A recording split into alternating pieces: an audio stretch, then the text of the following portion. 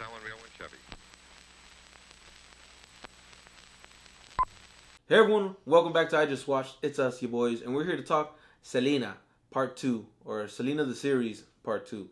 And sadly, we know how it ends because of the tragedy that is real life. However, that being said, let's jump into it. Let's discuss what we liked, what we didn't like, and how we felt about the finale of the show. But that being said, before we get into it, I gotta hit you with the usual, is go ahead and hit that like button, please, because you like this video. Hit the subscribe button to stay tuned to see more of our shenanigans when they release. Hit the little bell to get notified.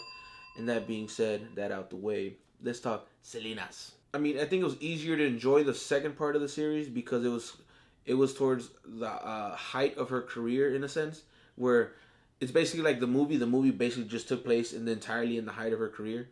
So instead of getting to see her growing up and with the family, and then like what hairstyles, and like, 'cause I know one thing I didn't understand is how people were hating on her hair and hating on all this other crap. I'm like, but if you do a little bit of research, that's actually very accurate. It really was. They were just complaining because it wasn't the movie. Which, don't get me wrong, I love that stupid movie, but the biggest reason I enjoyed the show was the enormous amount of detail and information I got on the family itself.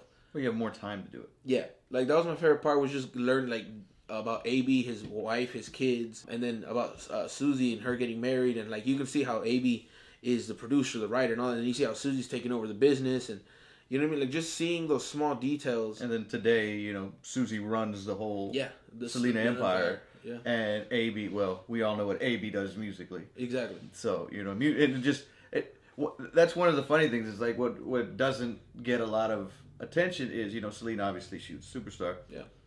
AB's pretty much freaking superstar in his own right. Dude, hell yeah! Like, this is, I mean, towards the end, but this is just towards the topic. Like Cumbia Kings, when they came out, they was running shit.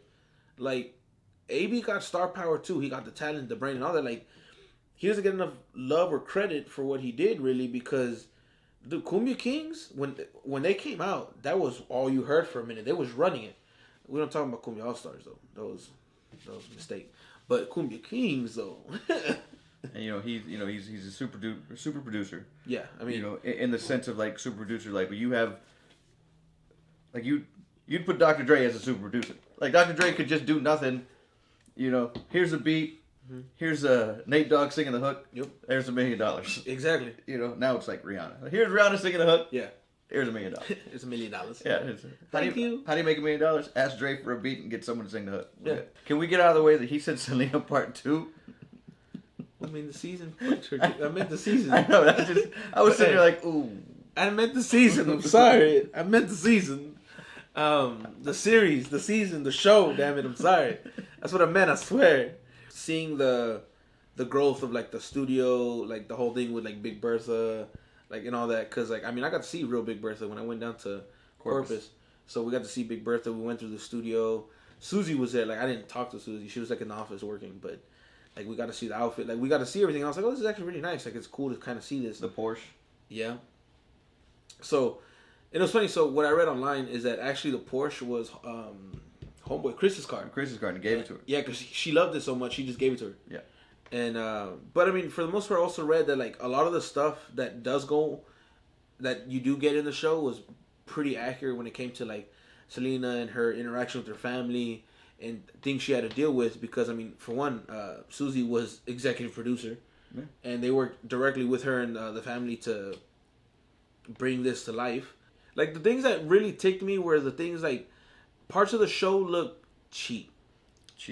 Bad location scouting. Yeah, like some of the parts, like not that just cheap, but like some of the parts look like homemade. Like I did it, and that's not a compliment. Like this. Yes, but worse because that hurts, man. Yes, but I'm worse. here too. But yeah, I mean, yeah, you're right. Hey, that hurts both of us. Yeah. Yes, but worse because like okay, like I mean the car scenes every time they're in the convertible with the Porsche, but like. The hair's not moving. Like, y'all couldn't turn on a fan.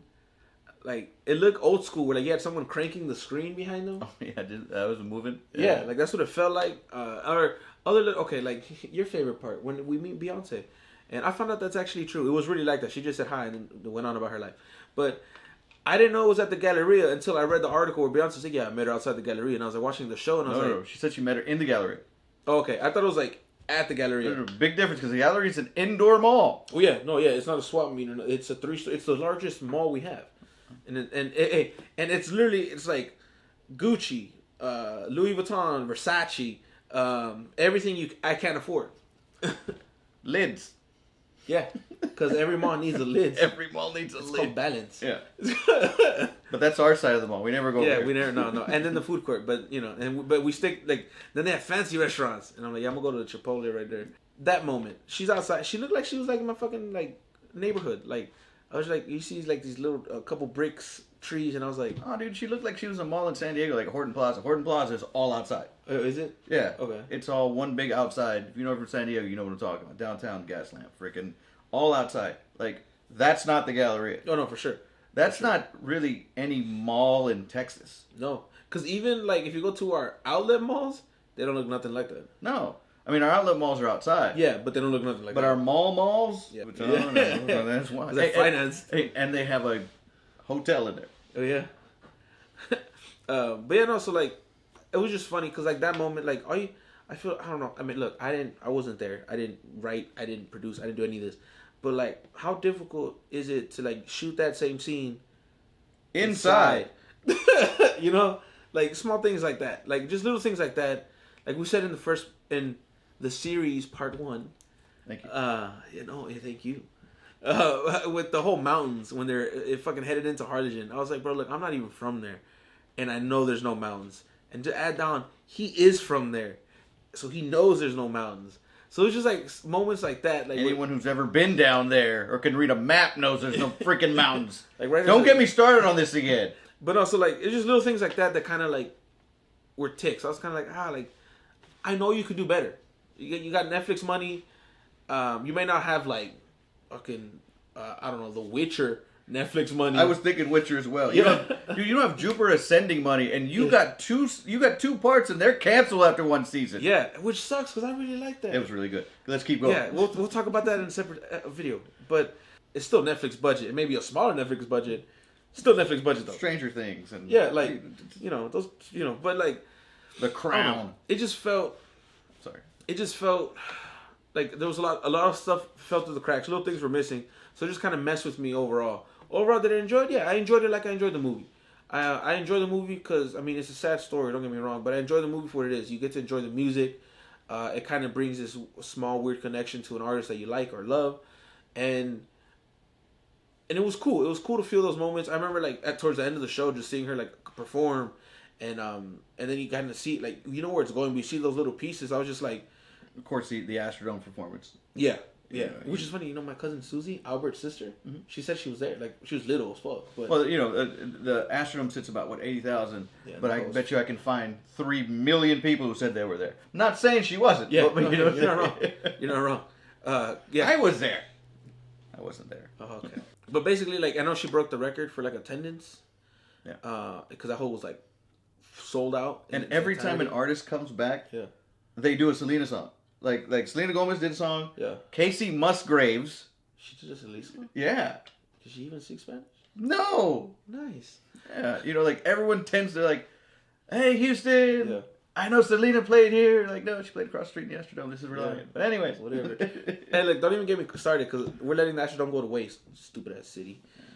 God.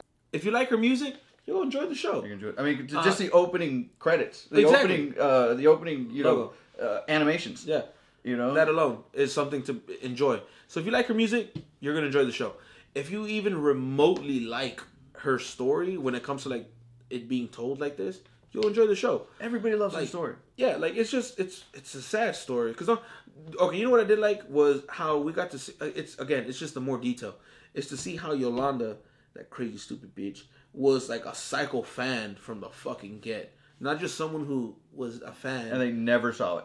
Yeah, because like in the movie, you just see she's a fan. And you're like, okay, and she's just a crazy bitch apparently who likes to steal. Here they're like, no, she's a fucking psycho fan because you go into her room and it's like How to Make a Murderer 101 with Selena posters all over the goddamn place, and she's on a cot just like fucking like I was like, oh goddamn. So seeing that was like, all right, cool. Like I knew that, But for someone who doesn't, like, look, this bitch crazy. How crazy? She is crazy, dog. I did research on my own to see how accurate it was here and there, to see like the designs and the costumes, to see stuff like that. I know a couple things that were different for sure. Yeah. But of course, no matter what, something's gonna be different because it has to be Hollywoodized in a sense where to fit the story or to kind of pull an emotion. So shit has to change. I get that. I get that. You know, mountains in Harlem. Goddamn, you alright? I'm from the Rio Grande Valley, dude. That shit hurt. It felt like a Hallmark movie. Yes, there you go. That's the best way to put it. Like a straight to TV movie. It's like one of those you're like, oh, that's bad. Mm-hmm. But then you sit there and watch it, and then you're like, is that Lindsay Lohan? Yeah. And next thing you know, you're like, you cut back like an hour later, and you're like popcorn out of nowhere. You cut back an hour later, and you're like looking for Mean Girls. Yeah. So I mean, all in all, I think the show did. I think the best part was just kind of giving us more information across the board. Like the sad part, but I liked, was like at the very end, like when it shows like 2 months later, a few years later, like it just showed us like how the family like had to keep fucking moving forward. We never got that though from the movie. Exactly. So like from the movie, we just got. Oh yeah, you see the flower drop and it was gang. Well, what I'm saying, like we just saw the actual footage of people just at her memorials and stuff like that. Yeah. Dreaming of You, the song that A.B. hated. Yep. Or like I like the little things, like when she was like, you know, beady beady bum bums, like that sound their heart makes, and I was like, and I googled it, and apparently that was something similar to what she said, and I was like, see, stuff like that's cool. They went in depth and they did their research, but the execution was poor. Yeah, exactly. Like if you had I can't do any better. Oh yeah. But at the same time, it was poor. Yeah. So I feel like this series over time, and I'm pretty sure you said this when we first talked about it, when part 1 came out, was like it'll gain more love over time. Like the movie. Exactly. Because the movie didn't do very well when it first came out. No. Hey, I like the show. It's one of those where it's like, not a guilty pleasure, because I'll tell people like... Oh, yeah. Well, I'll tell people, yeah, I saw it. Yeah. And we'll keep going. And then that's it. And then you're like, but did you like it? And you're like... I saw it. Look, man. I saw both parts. Look, I finished it. Yeah. I cried. I hated it. Yeah, I liked it. Goddammit, don't say nothing. And then move on. But no, like, all in all, let us know down below. Have you seen it? Are you going to see it? You should see it. Comments, questions, concerns, requests down below in the comment section. We want to hear from you. But until next time, stay safe, be well. Adios.